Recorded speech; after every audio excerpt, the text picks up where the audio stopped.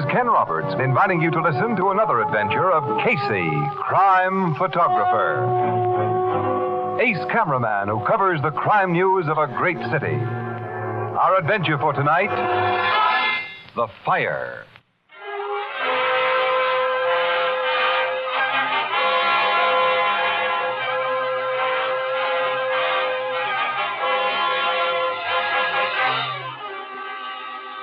Morning. The first faint glow of dawn is lighting the sky.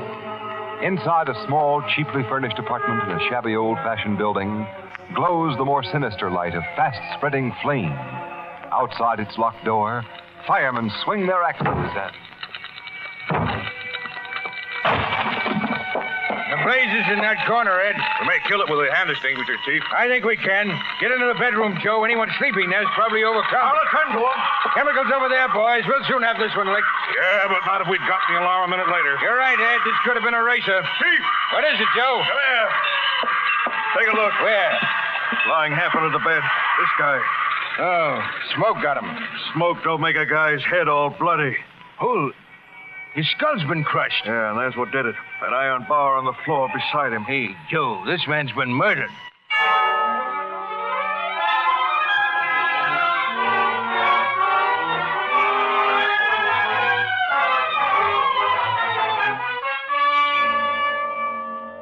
According to the medical examiner, Miss Williams, this guy was bumped off about 11 o'clock last night. Well, then he'd been dead all around 7 hours when the firemen found him, Captain Logan. Yeah, that's right.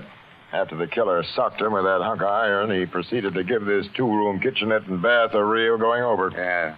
Then he found what he'd been looking for and started the fire and beat it. That's the way it sizes up, Casey. He started the fire, of course, hoping to cover up his murder and search of the place. Sure. He started the fire in a pile of photographic film, Casey. You know how that stuff will spread ablaze. Yeah, and how? I was looking at the few bits of film that weren't burned, old negatives, apparently.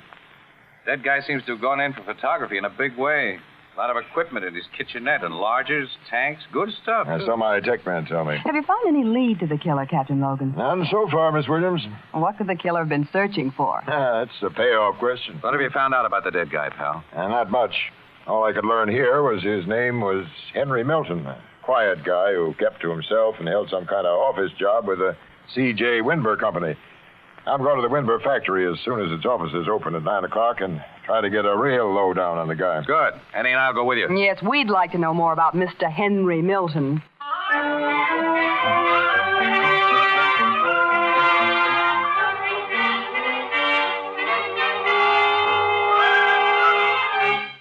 I'm shocked, deeply shocked to hear about the tragic death of poor, Hilton, Sergeant Rogan. Milton was the man's name, Mr. Winber, and mine's Logan, Captain Logan. Oh, yes, to be sure, Logan, yes.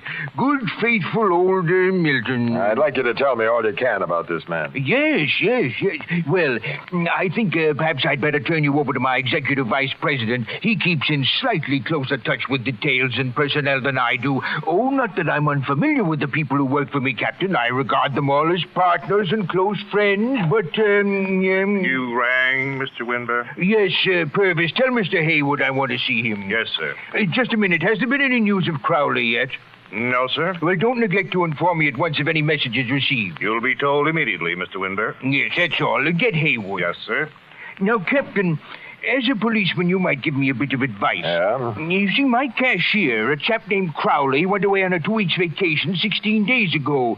He was due back at his desk day before yesterday, but he hasn't appeared. And nobody in the plant here or at his home has received even so much as a postal card from him since he left.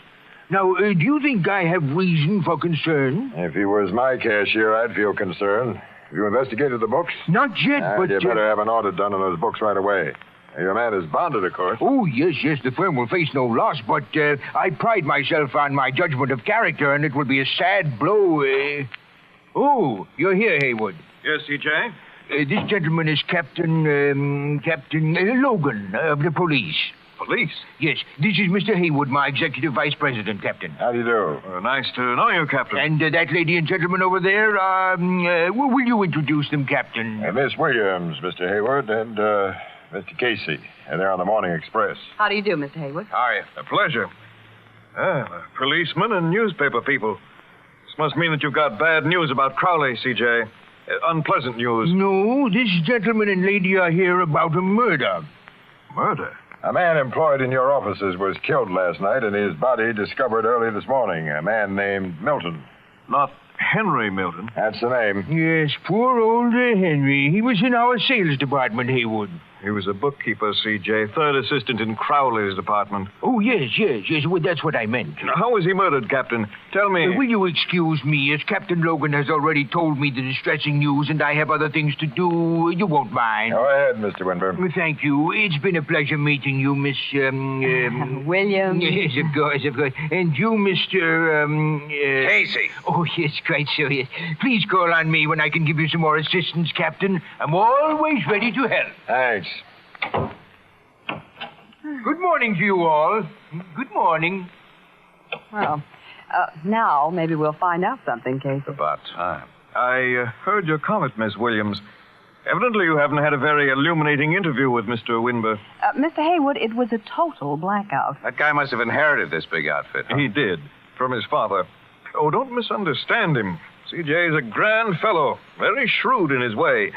He simply doesn't keep in touch with many things that... Those things are my job. Tell me about Henry Milton, Captain. I came here to be told things about him, Mr. Haywood. How long did he work for this firm? Well, I'd say offhand, at least 6 years. He was an excellent bookkeeper. What do you know about him personally? Only that he was a bachelor, without any apparent vices. He was a quiet fellow who kept to himself. And, well, I'll be surprised if anybody here can tell you much more. I'd like to speak to some of the other people in his department. Yes, sir? Send them in here one by one, and without any knowledge of his murder or my purpose. Very well. Excuse me. I'm afraid we're not going to get very much here, Casey. Yeah, it seems this Milton was a kind of mystery man. Oh, Casey, did you notice the gorgeous diamond that Mr. Haywood wears on his finger? Eh, quite a ring, isn't it, Annie? Yeah, I must have turned a delicate shade of envious lettuce green when I saw it. It's 4 carats at least. A beautiful engagement size. Yeah, Casey, why don't you buy your girlfriend a little piece of ice like that? Yeah, why don't I also buy a yacht and a country estate? Yeah, but Haywood doesn't flash the only big headlight in this joint. The one C.J. Winber had on his finger wasn't broken off any bottle. Mr. Winber wore a diamond ring? Yeah. Did you notice it, Annie? Well, no. No, I didn't either. Huh. I don't know how you could have missed it. Oh, well, come to think of it, though, he turned the stone around to the inside of his hand while you were introducing yourself, Logan. Guess he's one of those nervous guys who fiddle with things they wear. I've brought you our head bookkeeper, Captain Logan. Fine, Mr. Haywood. Now we can get back to business.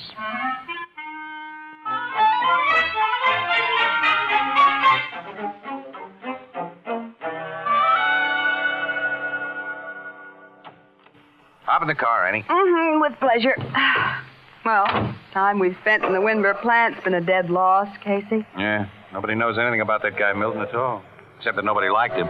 Which doesn't give Captain Logan much to work on. Well, we might as well enjoy the scenery, eh? What scenery? The factories on that side or the billboards on this side? This becomes a nice old country road after we round the curve just ahead, kid. Yep, we'll see spring busting out all over. Oh, I'm too tired to look at it. You know, someday I'm going to quit this newspaper racket and get married and live like a human being. Yeah? Yeah. Pick the guy?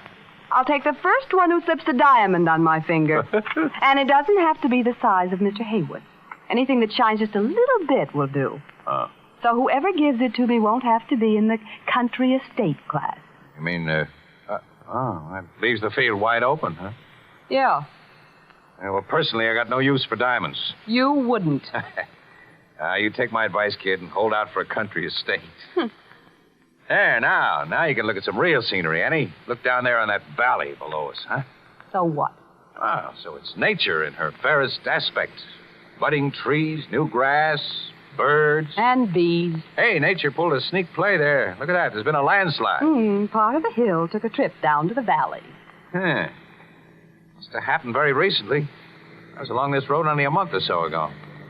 I ought to stop and ask that old guy sitting on the fence. Oh, I want to get back to the office, Casey, and then home. What do we care about an old... The slides messed up a view I've often enjoyed, Annie. Hey, Pop.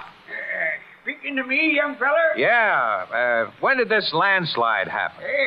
Just a little over 2 weeks ago. During that raining spell we had. Rain did it, huh? Yeah, I imagine so. It happened during the night, so nobody knows. How far did it slide? Quite a spell. As far as that, huh? Yeah, maybe a little further. I figure rain loosened the ground under a big rock it was here. And when the rock started to roll, it carried part of the hill along. You mean the big white rock that looked like a warty cucumber? That's the one. Yeah, it's a wonder that old cucumber rock didn't do a Brody long time ago, Annie. It was only sort of balanced there. Oh, isn't that interesting? I've been telling folks for years it was going to fall someday and take half the hillside with it.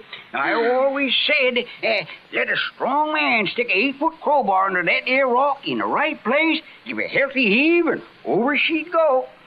No man ever tried it, but the rain proved my point. Sure did, Pop. Well, let's get along, Casey. Oh, okay, Ann. Well, thanks, Pop. So long. So long, young fella. Good luck to you and your missus. I'm not his missus. I'm not even a friend. Well, Annie. I hate men who have no use for diamonds.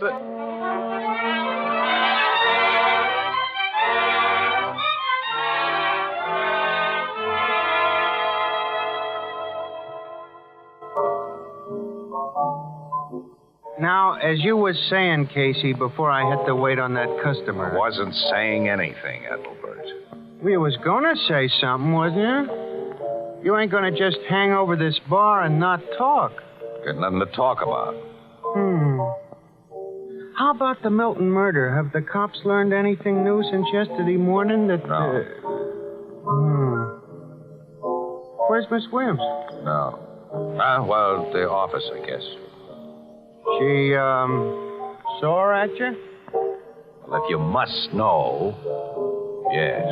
What was she sore about? I don't. Oh, women. Women. You never let a guy understand them, Ethelbert. You think they're kidding about something. Like something like diamond rings, for instance. And then you kid back. Find yourself in the soup. I don't pretend to know much about women, Casey, but, if perchance it was diamond engagement rings you tried to kid about, I have learned that ain't a safe subject with the unfair sex. Us bachelors are natural prey for the female of the species, and all women are wolves. Is that so? Ann. Huh? Oh, Miss Williams, I didn't see you come in. Oh, that was evident. And how are you, Casey? Why, I haven't seen much of you since yesterday. Well, I've been around. Oh, have you? Guess I didn't notice. Ann, about yesterday. Oh, yeah, the Milton murder. I suppose you've talked to Captain Logan today. Is there anything new? No, look, kid, what I started to say is... I just got some news from the city desk. It has no real bearing on the Milton case, but... I don't care anything about the Milton case. I'm trying to tell you I'm sure you'd like to hear this. Well, I don't want to... That missing cashier at the Winber plant. They just found out that he embezzled at least $100,000 from the firm before he left. Well, so what... He did? Uh-huh. And C.J. Winber and his bonding company have just called the cops to start a search for him. The guy's got over 2 weeks' start. Now, what was the matter that you wanted to talk about? 2 crimes connected with the Winber outfit. I asked you, Embezzlement and murder, starting at the same point and becoming evident at almost the same time. Casey, you started. Ann, I got a hunch. Oh, no.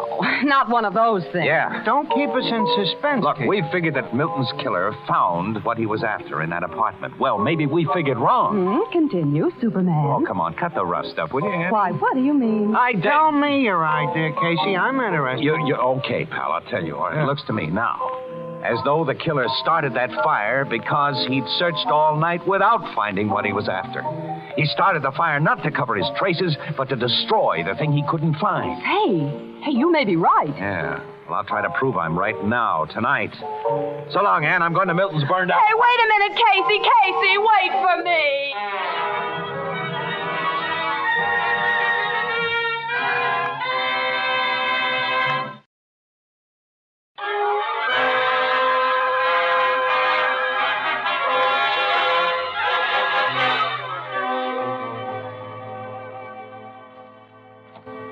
Come in quick, Ann. Let me close this door. It's dark in here.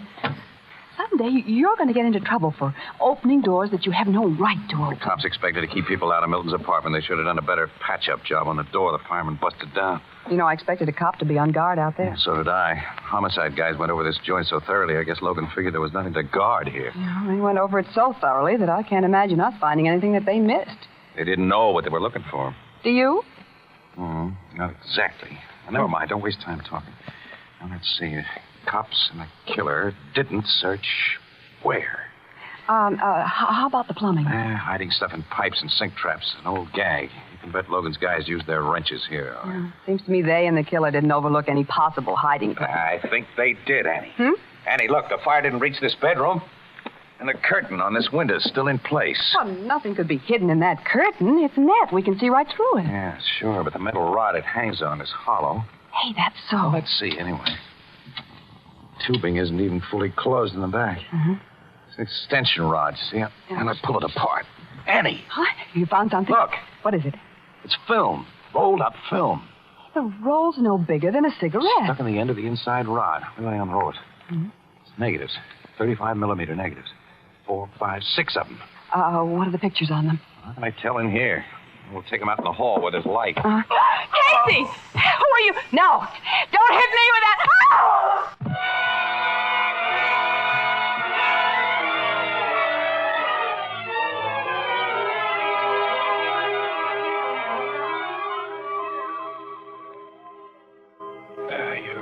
You're all right, Annie? Are you really okay? Yeah, Casey. How about you? Yeah, I'm all right, I guess. Who's the man who hit us? The guy who killed Milton. He came back here to go on with his search. When he saw us find what he was after, he went into action. And good. Did he get the films, Casey? Yeah. Oh, but when I came to, I found this little torn piece of negative in my hand, Annie. Guess I had a death grip on that one, huh? Is there anything on that fragment let me see. might... Yeah, there's something on it. Yeah. A big black shape, and isn't that a hand showing there? Closed fist. What good will that do us? Yeah. Well, in case you can enlarge it. Wait a minute. What? This big shape in back of the fist. I've seen that before, that shape. What is it? I can't place it. It's just something familiar. Wait a minute. I got it now. That's the warty cucumber. Warty cucumber? The rock, the big balanced rock that caused the landslide. Come on, kid. We're going back to the office where I can blow this thing up and be sure.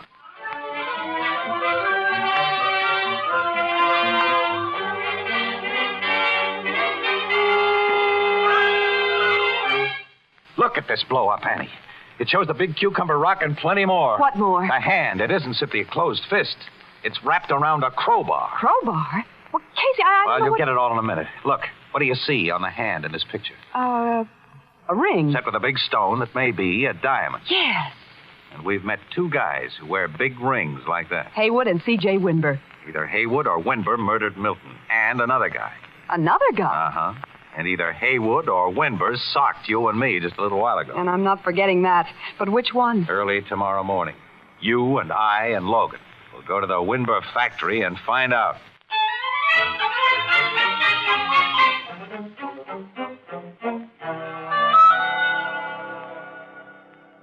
I suppose, Captain, that you've come to see us about the distressing disappearance of Mr. Crowley, my former cashier. I don't handle embezzlement cases, Mr. Winburn. I'm strictly a homicide cop. Well, then you're continuing your inquiry about the murder of poor Milton? About the murder of Milton and your cashier, Crowley. What? Well, Crowley hasn't been murdered that anyone knows of. One person knows of it. The guy who did the killing. I say, what? That's a nice diamond ring you wear, Mr. Winburn. Did I... Captain, how can you turn the subject to rings immediately after you mention murder? Murder to Logan, Mr. Winber, is simply a matter of business. Your ring interests him because he didn't notice it when we were here before. You had the diamond turned inwards. Yeah, for some reason you got it out of sight when I introduced myself as a cop. I'm afraid I don't understand. But for no reason, maybe, you haven't bothered to hide it today. Now, will you gentlemen please tell me what you're driving at? You sent for me, C.J.? Oh. Sit down, Mr. Haywood, and join our party. Thanks. I didn't expect to find you here, Captain. It's a pleasant surprise. Good morning, Miss Williams. Casey? Good morning. Have a good night's sleep, Haywood? Why, yes. Fine, thank you. I didn't. Neither did Miss Williams. We had headaches. I'm sorry. How did you sleep, Mr. Winber? I always sleep well. And now I'd like to know why you're... I'm going to tell you with Logan's permission. Shoot, pal. Well, some time ago, one of the big shots in this company started to steal money from it.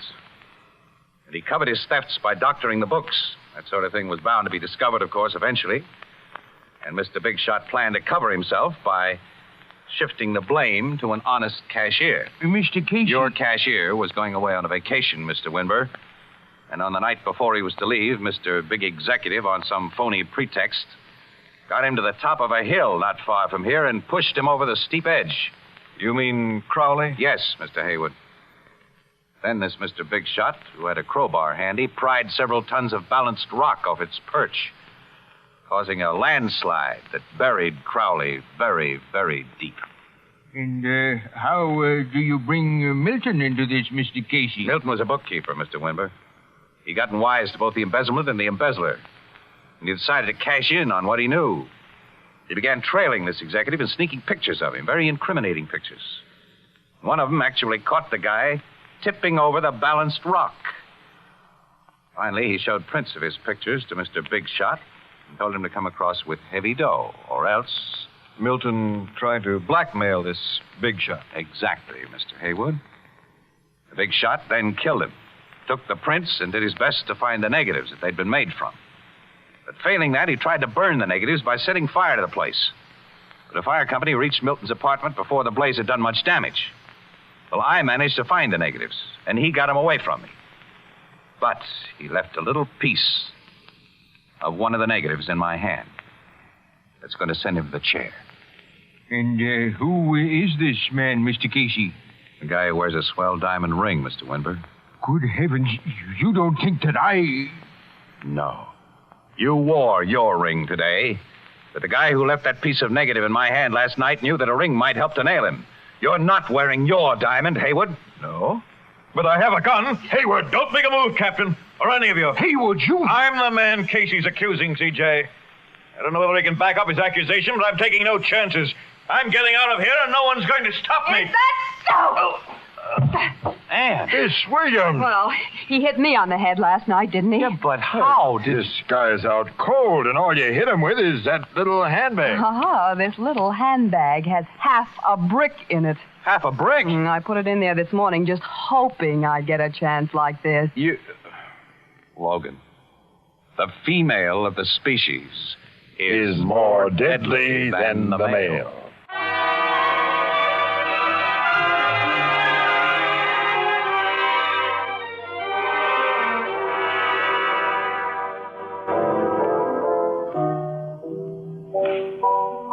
So now you're a KO artist, huh, Miss Williams?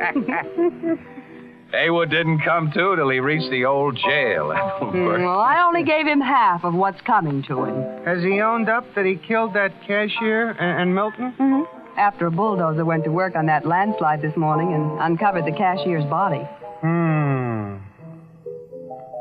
Miss Williams, that's a swell ring on your finger. Where did... Ask Casey. Well, you see, that was... It was C.J. Winber's ring. He wanted me to have it as a reward for trapping Haywood, but, of course, I got no use for diamonds, so... So, Mr. Winber gave it to me. It kind of looks like a engagement ring. Well, it isn't. Annie, I priced a beautiful little house today, way out in the country. A house. Oh, way out in the country. Well? I couldn't afford it. I'm going home. Good night. Well, wait a minute, Annie. Annie, wait for me. I don't blame her. Who'd want to live way out in the country?